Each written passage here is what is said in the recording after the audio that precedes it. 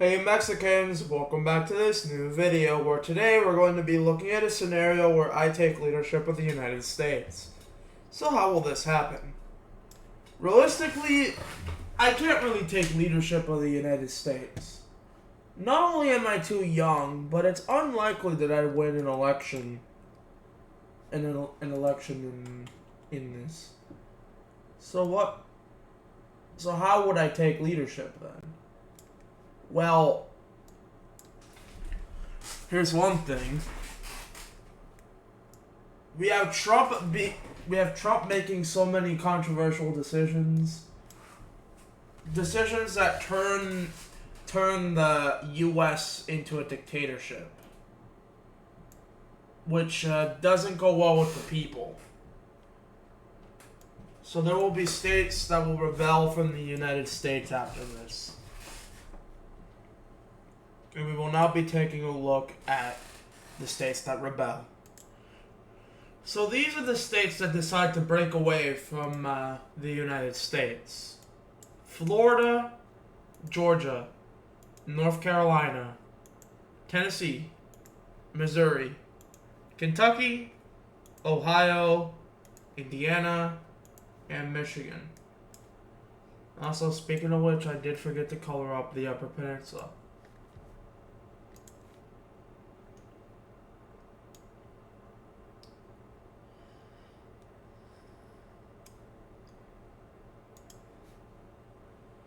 The reason why these states declare independence is because, well,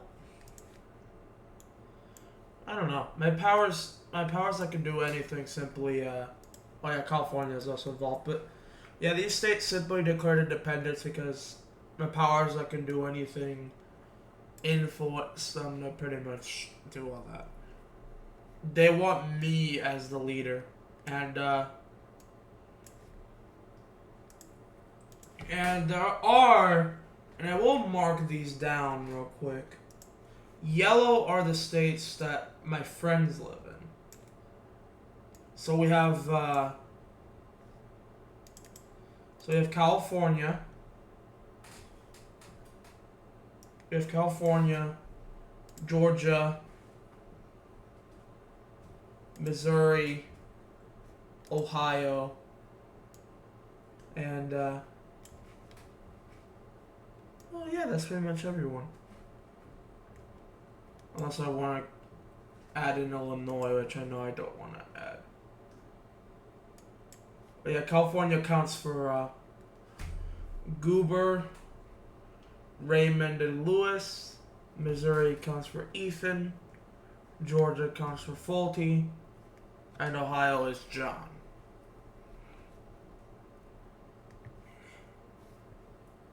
So then we have the main leader, which is Kentucky. That's where I live. And in this red is just states I've been through. So Kentucky, Tennessee, Georgia as well actually, Florida. I've been to North Carolina because I went to Charlotte. Indiana. Ohio gets another dot. And then Michigan.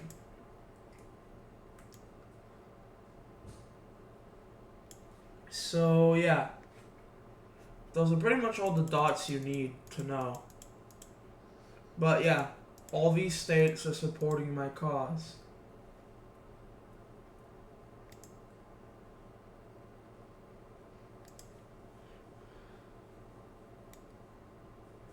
And, well, yeah.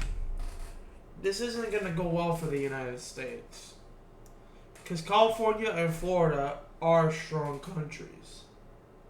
You see, I guess the United States is in unrest right now. Can't really see them winning. So we have them pushing into Arizona. Eventually just... So yeah, we see California pushing into the bordering areas. Taking over all of Arizona and all of New Mexico. Texas pretty much decides to rebel.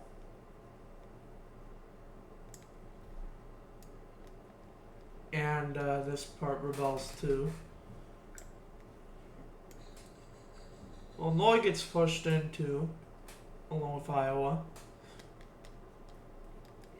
And well, yeah, this pocket is pretty much over because any of the U.S.'s core army isn't over here.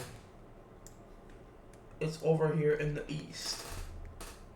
Speaking of which, how well is the offensives going in the east? Well, the U.S. is not, like, the U.S. is doing better. They push to North Carolina, connect to South Carolina, but they hold a stalemate in this one. They push it to Georgia, but they hold a stalemate near the Florida border. And then we see them pushing it to eastern Ohio, but they pretty much hold a stalemate through the rest of it. And eventually, my army arrives. Yeah, my army. Yeah, Ohio pushes back. North Carolina pushes the U.S. out.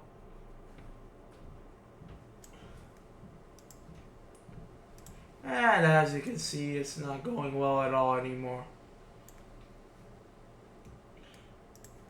As South Carolina is taken, these areas were always North Carolina.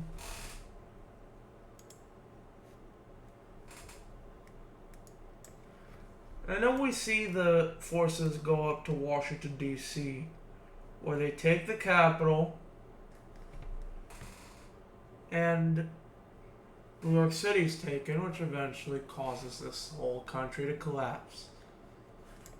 And the U.S. Army pretty much just goes over to my control. See, this would make the U.S. Army not the strongest anymore. But you know what? Let's just say that the U.S. Army completely switched to my allegiance as soon as, like, every single area got occupied, and then the U.S. Army switched to my allegiance. And that's when the whole country lost support for Trump. Anyway, now we can take a look at a peace treaty. Okay, so nothing border-wise changed. It was just the government. So yeah, the U.S. government is now controlled by me. So what will I do as leader? Well, first up, you know, those tariffs, yeah, they're gone. So Chinese tariffs are gone, Indian tariffs are gone, all the tariffs are gone, which makes the U.S. economy boost up again. Next up, let me just fix Hawaii real quick. Next up, I send the U.S. Army down to Mexico to intervene with the cartels in order to make sure that the cartels don't do any damage. Third up, you remember that Cuban embargo that destroyed the economy pretty much? Well, we're gonna undo a lot of the stuff that was done during all that, and we're also gonna send economic aid to Cuba, which will push them out of the communist sphere of influence and will shift them towards a democratic future, pretty much.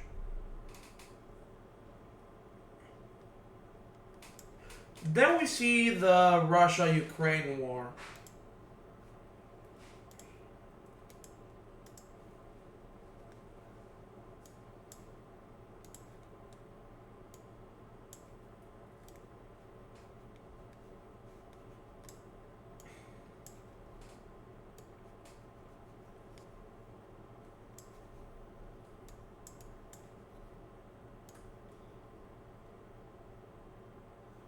As the Russia-Ukraine war here has not ended.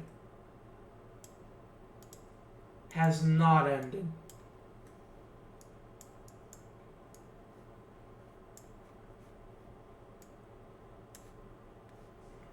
well, here's the thing. The Russians have already sent drones into Poland and activated Article 4. And now I take on that meeting. Does this count as an attack on NATO? I would say yes. So everyone votes that it's an attack on NATO. And we see that NATO gets involved in the war between Russia and Ukraine. And y'all are gonna be like, why are you doing this? This is the end of the world here. No. I'll tell you why. So, by this point, I figured out how to disable Russia's nukes because I'm an intelligent human being. This is the me that has the rainbow teleportation, by the way, not the one that is actually in real life right now. This is me that has rainbow teleportation powers, which also means that yes, in this scenario, I am an inventor, which means I most certainly have figured out how to disable Russia's nukes. Like with the technology that the US has too, especially though, I figured out how to advance it further than it already is. Nobody knows this, but it just makes the US much stronger than in modern day. What that also means is that anyone who messes with the US now is more cooked than they already were. Which means that NATO is actually going to have a better chance of surviving. Not like they didn't have a good chance of surviving now, but since the US has gotten much stronger, it's even better. Basically what I'm saying is the US gaining strength is a good thing for the rest of NATO, as it allows the NATO ones to actually win too.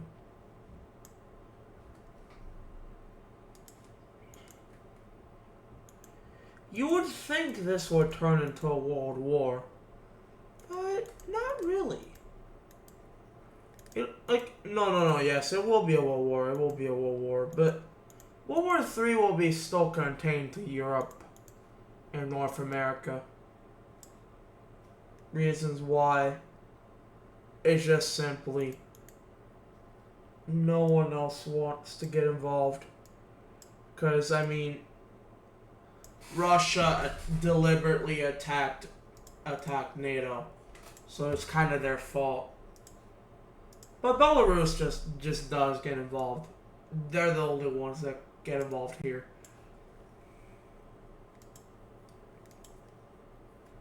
And the Russians will decide to fully mobilize their entire army. Instead of an invasion, it's full-on war. Ukraine is just deader in that scenario. Especially because, the West has to defend their positions anyway.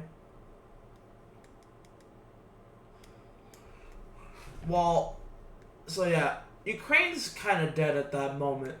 They do push a little bit into Poland and connect Kaliningrad. And they do take out the entire Baltics. Along with going a little bit into Romania. But honestly, that's the full extent they could get. They would have gotten further into Serbia. But at this point, the US Army has arrived. Because they figured out faster ways to travel across the ocean. Because of me. Yeah, you get the point. My Alex's Multiverse adventurous self would have figured out long distance travel by now. And so, Yeah, immediately all these areas are liberated faster than the U.S. Army would normally do it. Actually, really fast.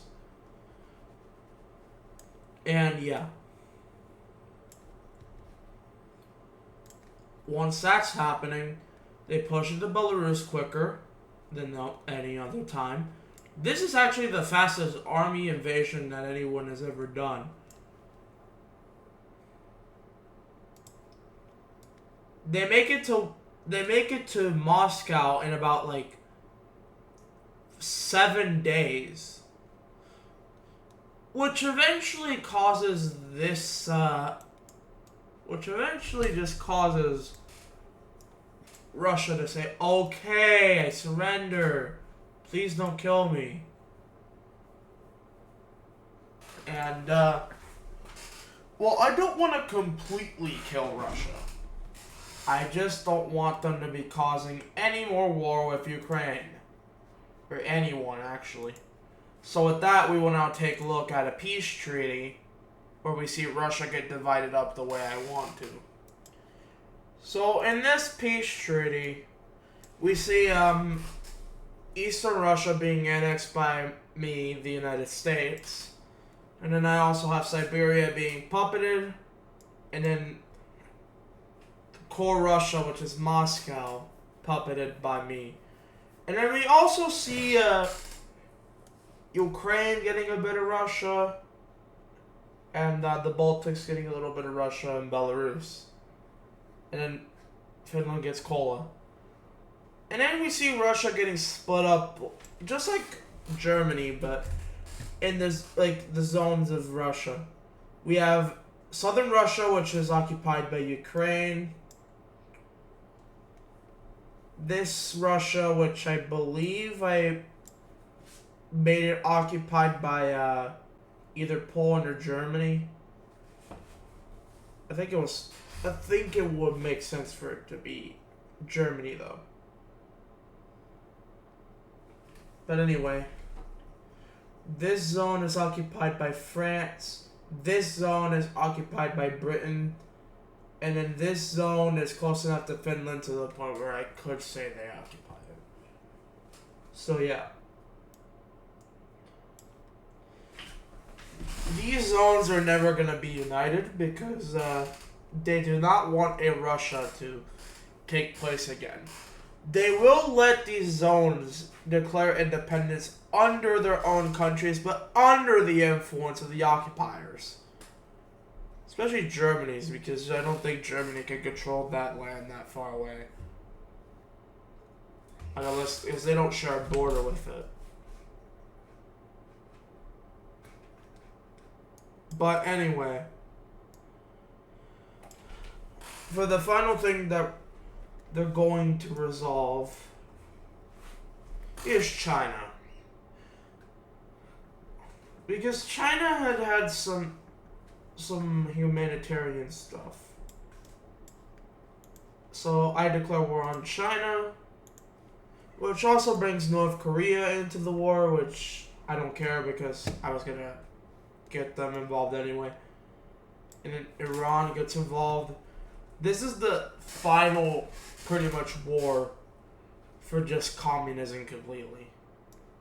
As they feel like that communism is just on its last legs. So yeah.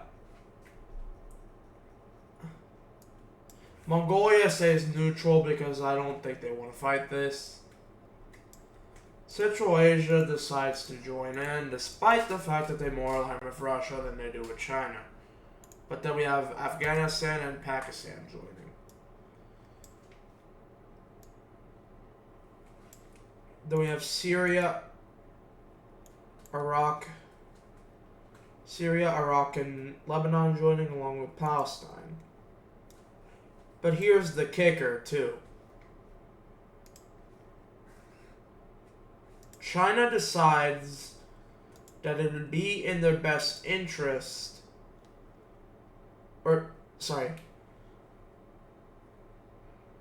North Korea,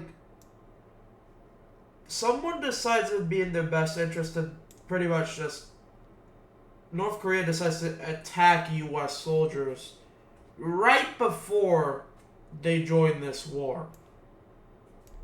That basically means that NATO got involved. So now we have to color in NATO. Give me a second. So now NATO is involved, and here's the best part. Ever since ever since I took leadership of the United States, NATO's purpose has changed. It's changed to, unite the world under world peace. The communist countries do not like the idea of that, not the governments. So, and not only the communist governments, but all the dictats don't like this idea. Mongolia decides that they support this cause. And we see the world evolving into total war over this. Israel will be on here despite the fact that they're a little controversial. They tried to solve it. They're gonna solve this like that. I don't think it's gonna work for them, but you know. So yeah, we see all the sides devolving as well as they do.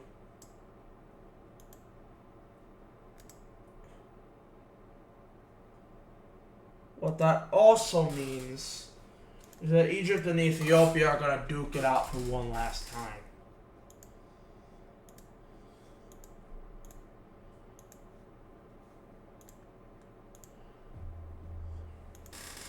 I will come back when all the sides are colored in, though. So we see that the whole world is at total war. Who will win? Not the blue team. Obviously. But at first they will do well in their areas. We do see that the blue team will take a bit more of Upper Manchuria before my army arrives and stops that offensive. They also push a bit into my Siberian puppet to connect to Mongolia. However, that offensive stops here, and then China pushes it to Mongolia, of course. It goes pretty well going along their border until my defensive army defends over here. South Korea, Japan, and Taiwan aren't really gonna get taken out because I have my navy over here, which is protecting them. And so the real areas where it's gonna get invaded are one, Vietnam. The capital is really close, so that immediately gets captured. Well, Vietnam will capitulate, not surrender. We see Thailand getting through, taking over Bangkok. And, the northern half of Thailand will be taken. The southern half will be defended by Malaysia and Indonesia, which won't be pushed into that easily, as Australia's army also arrives. So yeah. In India, they will evade through Myanmar a little bit. They will get close to capturing Bangladesh's capital, but they don't do it.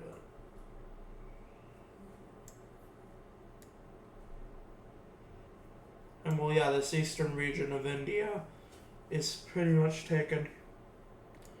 But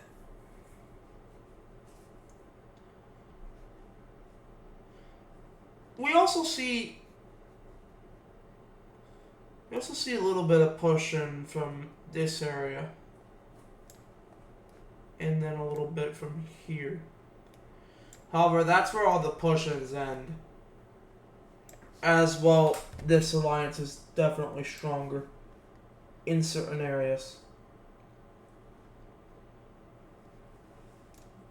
Like, for example, the Russian occupations over here, they invade Kazakhstan from the west. They captured the capital of Kazakhstan easily.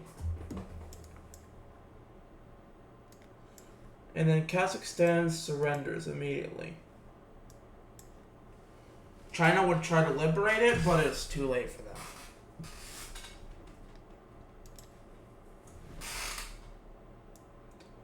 And we see these two capitals being captured pretty quickly.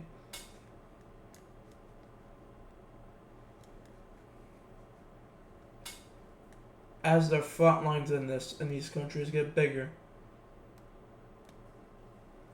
And with that, they capture this capital, which will cause Kyrgyzstan and Tajikistan to surrender. And we see Uzbekistan surrender, and then we finally see them pushing into Turkmenistan. They capture this capital, and the two halves of Turkmenistan eventually surrender too. With them pushing into Iran from this side,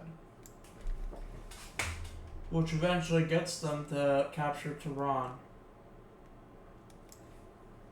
With them capturing Tehran from this way, they will then go over to Armenia and Azerbaijan to pretty much relieve them, along with Turkey, who then also pushes into these two areas.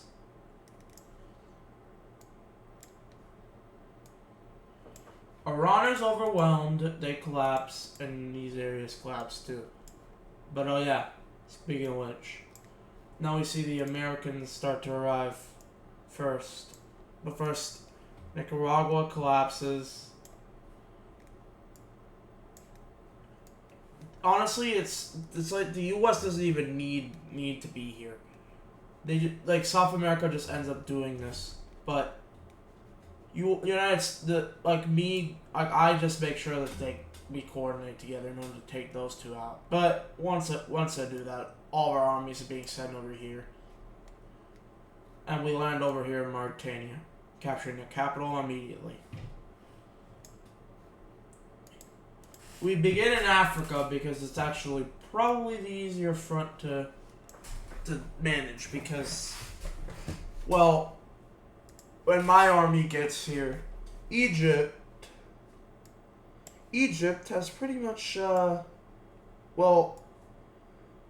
front line in Libya and Sudan looks something like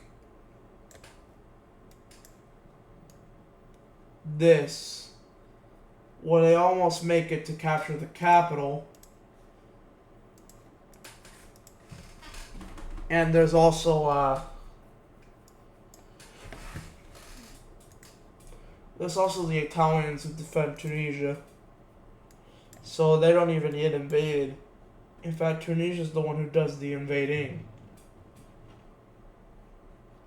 Yeah, Northern Africa's in a really bad spot.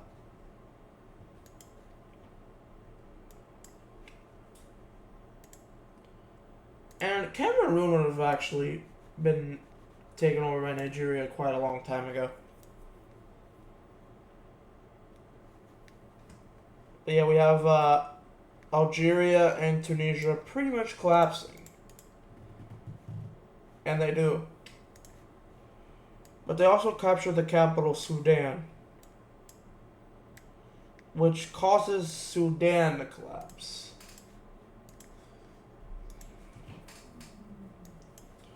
Somaliland will break away in the sense of having a world peace. They do that, and, the Horn of Africa is secured along with Yemen. And so now that Africa's secured, now we send our troops over along this way.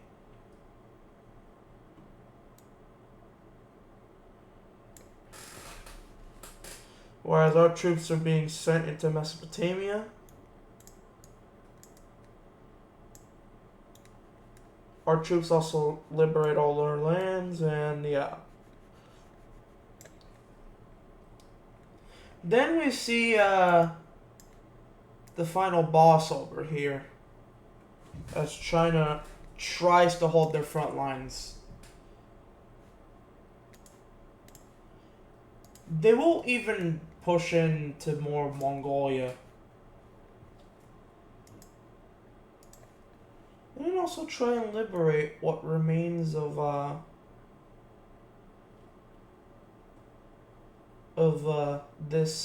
Kazakhstan and all that. They do end up doing this. Like, they end up doing this before the full American army arrives.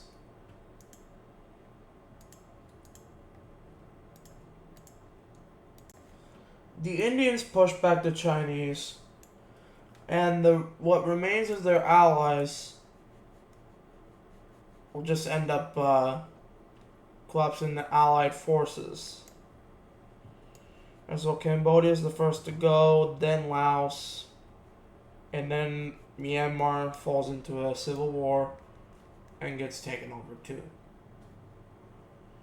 Eventually, it's just China and North Korea, and I'm honestly gonna be for real. That would have been taken over a long time ago, so it's actually just China. These areas are not really counting towards anything. Mongolia will liberate its lands. The Siberians will do the same.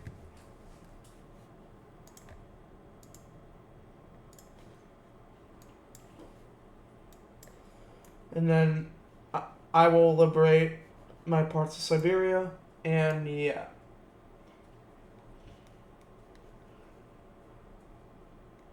This is where we see the collapse of communism, as China's capital will be captured,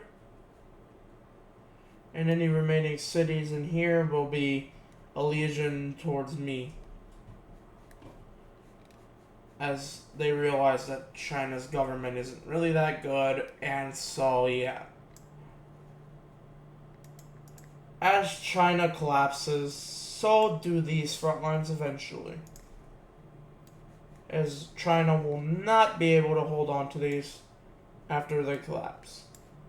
So yeah, now we have the entire world under my dominated control, where world peace will happen. We will now take a look at what the borders will look like in this new world. So yeah. Alright, so in this final peace treaty of my world war, to end all wars, we see that China has collapsed into the Democratic China, Manchuria has declared independence, Xinjiang and Tibet have declared independence, and India takes Kashmir for themselves, with bits of Kazakhstan going over to the German occupation of Russia and the Siberian puppet. Well, we see Kuwait take over portions of Iran and Iraq, and Saudi Arabia, yeah, these areas get partitioned.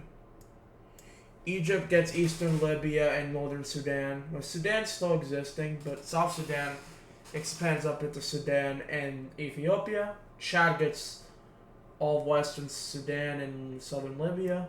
And, well, all the countries do gain land from these countries to no avail.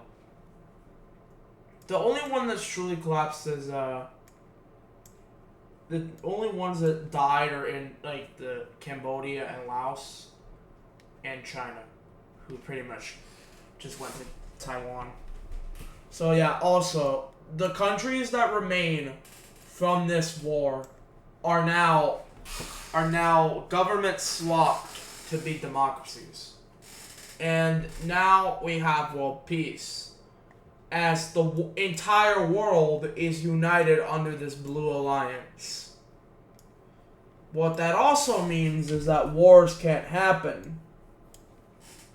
And to promote that idea even more, the remaining countries join the alliance. All these remaining countries have joined the world organization. At one point it was called NATO, but now it's the WDO. Or no, the WO, the World Organization. The United Nations at this point has been abolished just because of the fact that it has done nothing. And now the world is united under this one idea of world peace. And eventually, over time, all of these countries will disband their armies, disband all their weapons. There will no longer be a need for any of their weapons in this peaceful world. And pretty soon the United States becomes the center of this united world, as this world pretty much just centralizes as a unified thing. But this time there's no signs of collapse. And the capital of this whole entire alliance, this whole entire bloc, is now Washington, D.C. The U.S. has avenged its wrongs and has also allowed racial equality in the U.S. What that means is there's no longer any racial problems with police. And another thing, the cops are no longer corrupt in the U.S. In Europe, Serbia is no longer a Eastern ideology. Russia has been pretty much democratized to the point where it's not even like the old Russia. This puppet of Siberia is thriving. China, with its new democratic government, is thriving. South Korea has rebuilt North Korea to be a pretty good area. And what else? Yeah. All the countries everyone's being rebuilt slowly and steadily. And once everyone's rebuilt, a lot of these countries